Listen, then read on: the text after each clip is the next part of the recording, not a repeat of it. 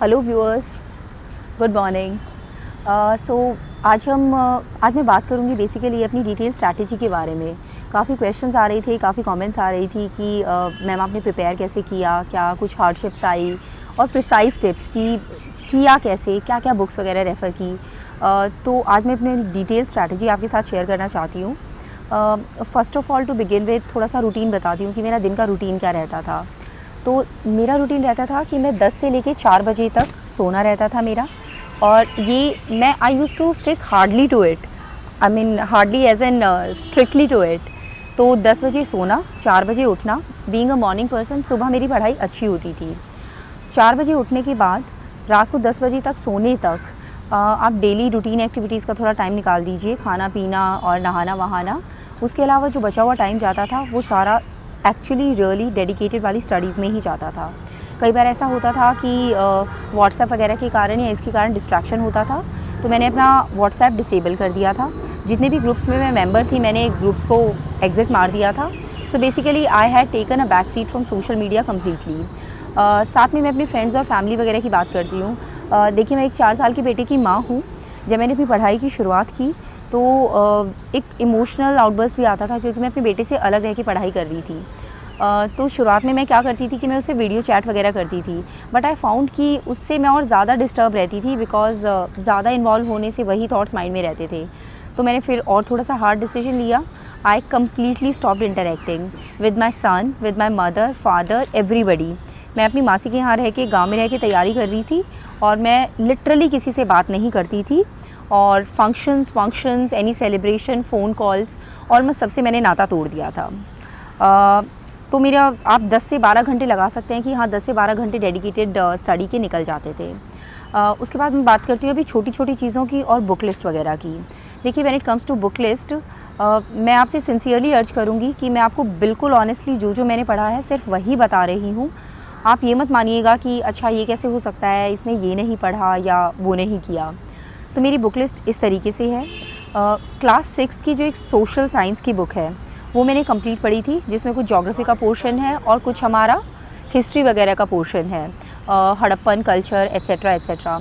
Somehow क्योंकि मैंने इस बुक से स्टार्टिंग की थी, तो I don't know it's extremely important और नॉट, बट ये वाली बुक क्योंकि मैंने एक बार कर ली थी तो मैंने मल्टीपल टाइम्स रिवाइज़ की थी क्लास 6 की सोशल साइंस की बुक। इसके अलावा लोग बोलते हैं क्लास 6 to 12 सारी NCERTs करनी होती हैं। I didn't do that. मैंने बेसिकली जो फोकस किया था ज्योग्राफी, मैं सब्जेक्ट वाइज आपको बताती जाती हूँ, ठीक है। ज्योग्राफी के लिए मैंने NCERT की क्लास 11 और क्लास 12 की टोटल मिला के 4 बुक्स हो जाती हैं, 2 ईच, वो पढ़ी थी। हिस्ट्री के लिए मैंने इंडियन मॉडर्न हिस्ट्री के लिए जो अपनी छोटी वाली स्पेक्ट्रम आती है, डार्क ग्रीन कलर की छुटकू सी किताब है, वो पढ़ी थी मैंने। जो अपना एंशिएंट वगैरह का पार्ट रहता है, एंशिएंट एंड मेडिवल हिस्ट्री, उसके लिए तमिलनाडु बोर्ड की जो क्लास 11 की बुक है, I don't know whether you will get it hard copy और नॉट, बट वो मैंने PDF डाउनलोड कर लिया था। उसी में हाईलाइट करती रहती थी, कमेंट्स वगैरह ऐड करती रहती थी, और उससे मैंने एंशिएंट और मेडिवल कवर किया था। I found this book very useful. इस बुक में एक्चुअली आई फाउंड कि ऑलमोस्ट हर सेंटेंस से आपका एक ना एक MCQ बन जाता है, स्पेशली रिगार्डिंग वो कितने जो हमारे ऑफिसर्स के नेम होते थे मेडिवल टाइम्स में, अपना मनसबदारी सिस्टम, विषयपति, और जो भी अपने नाम वाम होते थे, मनसबदारी सिस्टम, ये वो, और लिटरेचर के सारे, कौन सी किताब किसने लिख रखी है, अकबर के ज़माने में कौन सी किताब लिखी गई, ये सब हर एक सेंटेंस से MCQ बन सकता है। भक्ति मूवमेंट और अपने जो कर्नाटक वॉर्स, मैसूर वॉर्स, ये सब मैंने इस किताब से किया था। आर्ट एंड कल्चर के लिए मैंने नितिन सिंघानिया की किताब रेफ़र की थी। ये थोड़ी मोटी किताब है और बहुत ज़्यादा इन्फॉर्मेशन है इसमें, हर एक सेंटेंस में बहुत सारी चीज़ें दे रखी हैं। तो मैंने दिल लगा के तसल्ली से इस किताब को किया था। बट मेरी आपको ये एडवाइस रहेगी कि आप बहुत ज़्यादा इस पर रिलाय मत कीजिए, नॉट इन टर्म्स ऑफ कि इस बुक के कंटेंट पे, बट आर्ट एंड कल्चर इतना एक्सट्रीमली वाइड टॉपिक है।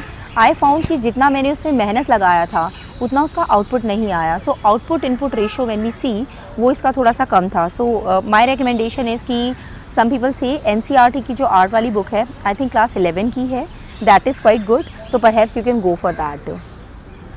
पॉलिटी की बात करें तो ऑफ कोर्स लक्ष्मीकांत। कुछ लोग लक्ष्मीकांत के साथ DD बसु रेफ़र करते हैं, मैंने नहीं की थी। मैंने लक्ष्मीकांत का एक वर्ड किया था, कोई और बुक नहीं की थी। इसके अलावा जो हमारी इंडियन कॉन्स्टिट्यूशन एट वर्क एक छोटी सी किताब है एनसीईआरटी की, आई डोंट नो 11th की है या 12th की, उसमें से मैंने 2 चीज़ें की थी, एक एफपीटीपी सिस्टम और एक जो अपना होता है presidential system, semi presidential system, इनका कुछ कंपैरिजन। तो ये कुछ 2 पेजेस थे जो मैंने इस बुक से किए थे, क्योंकि दिस टॉपिक इज़ इम्पॉर्टेंट, वो मैंने मल्टीपल टाइम्स रिवाइज़ किए थे, बाकी बुक नहीं की थी। एनवायरनमेंट के लिए और इकोनॉमी के लिए जो प्रिंटेड नोट्स आते हैं मैंने वही किए थे। शंकर आईएएस के printed notes for environment and similarly economy के लिए एक जो राउज या राम्स के थे, I am sorry I am forgetting, तो ये वाला मैंने किया था। आई थिंक बुक के इन टर्म्स ऑफ कंटेंट ये सफिशेंट है। इसके अलावा बजट और इकोनॉमिक सर्वे, मल्टीपल रिविजन्स, उसकी हर एक स्टैटिस्टिक, हर एक स्कीम का नाम बहुत थरेली किया था। बीच में फिर मैं आपको ये भी बताना चाहूँगी कि करंट अफेयर्स के लिए मैंने सारा ऑनलाइन सोर्सेज रेफ़र किए थे। Insights on India is the website. My daily schedule use to be कि मैं उसके डेली के 8 जो डिटेल्ड सिक्योर इनिशिएटिव के क्वेश्चंस होते हैं वो रजिस्टर पे लिख के आंसर्स कंपेयर करती थी बाकी स्टूडेंट्स से। डेली एमसीक्यूज़ में उसके सॉल्व करती थी, पहले करंट अफेयर्स पढ़ना, एडिटोरियल पढ़ना और डेली के एमसीक्यूज़ सॉल्व करना। This use to be my daily time table for the current affairs portion. So in terms of strategy and book list this is done. For preliminary my advice to you would be, test series कोई भी करिए आप, एक ही कर लीजिए। मैंने एक ही की थी, बाकी लोग बोलते हैं कि कायदे से 2 करनी चाहिए, मैंने एक ही की थी इनसाइट्स ऑन इंडिया की, और मैंने इसे मल्टीपल रिविजन्स दी थी which is very very very important. ठीक है, कोई भी टेस्ट सीरीज़ करिए, स्पेशली फुल लेंथ टेस्ट पे फोकस रखिए, मल्टीपल टाइम्स रिवाइज़ करिए और उन क्वेश्चंस को मार्क करके जो जो आपके गलत हुए हैं उन्हें कई बार रिवाइज़ कर लेंगे ना, तो that will stick to your mind.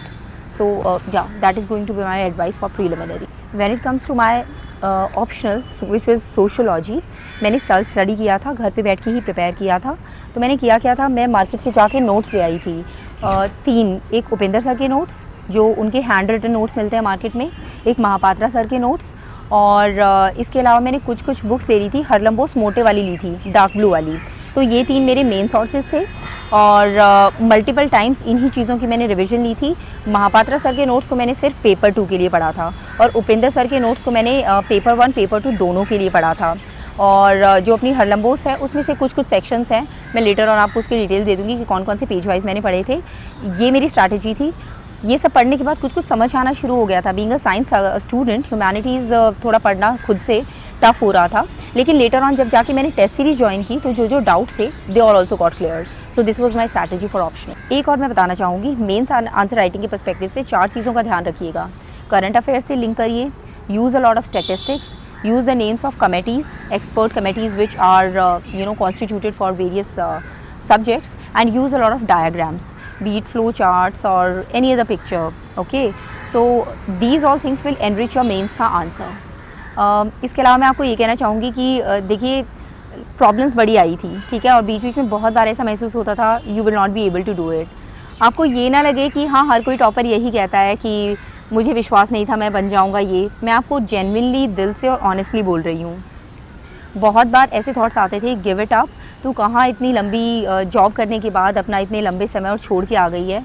But उस टाइम पे मैं अपना सिर्फ और सिर्फ माइंड में अपना एम लाती थी, जिस एम के साथ, जिस जज्बे के साथ शुरुआत की थी, लेट मी कंटिन्यू दैट।